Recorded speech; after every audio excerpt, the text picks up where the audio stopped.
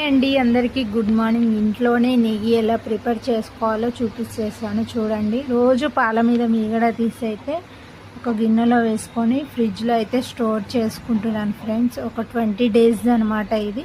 చూడండి, ఇలా స్మాష్ చేయాలన్నమాట. మొత్తం మీగడని స్మాష్ చేసిన తర్వాత ఇందులో వాటర్ పోసుకోవాలి ఫ్రెండ్స్. వాటర్ పోసుకొని గిలక్ కొట్టుకోవాలన్నమాట.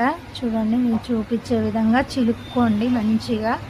అది రెడీ అయ్యేదాకా చిలుక్కోండి. మనకు ఎలా తెలుస్తుందంటే రెడీ అయితే మాత్రం మొత్తం ఇలా ముద్దలాగే మనకైతే వచ్చేస్తుంది అనమాట.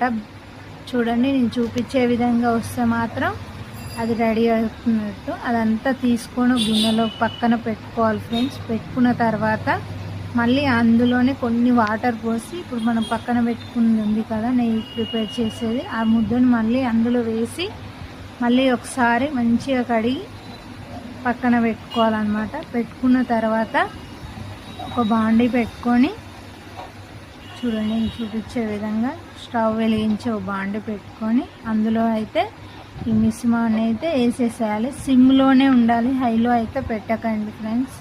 హైలో పెడితే మాడిపోతుంది అనమాట. టేస్టీ నెయ్యి అయితే రెడీ అవుతుంది. నెయ్యిని అయితే ఆవకాయలో పప్పులో వేసుకొని తింటే సూపర్గా ఉంటుంది ఫ్రెండ్స్ కదా. చాలా అంటే ఎంతమందికి నెయ్యి ఇష్టమో కామెంట్ చేయండి. నాకైతే చాలా ఇష్టం అండి. చూడండి, నెయ్యి అయితే స్టార్ట్ అవుతుంది. చూడండి, అవడానికి ప్రిపేర్ అవుతుంది అనుకోండి. నెయ్యి అయితే అయిపోయిందనమాట. అయిపోయిన తర్వాత స్టవ్ ఆఫ్ చేసి చల్లారిన తర్వాత ఒక బాక్స్లో అయితే పోసుకొని ఫ్రిడ్జ్లో స్టోర్ చేసుకోండి ఫ్రెండ్స్. ఓకేనా, బాయ్.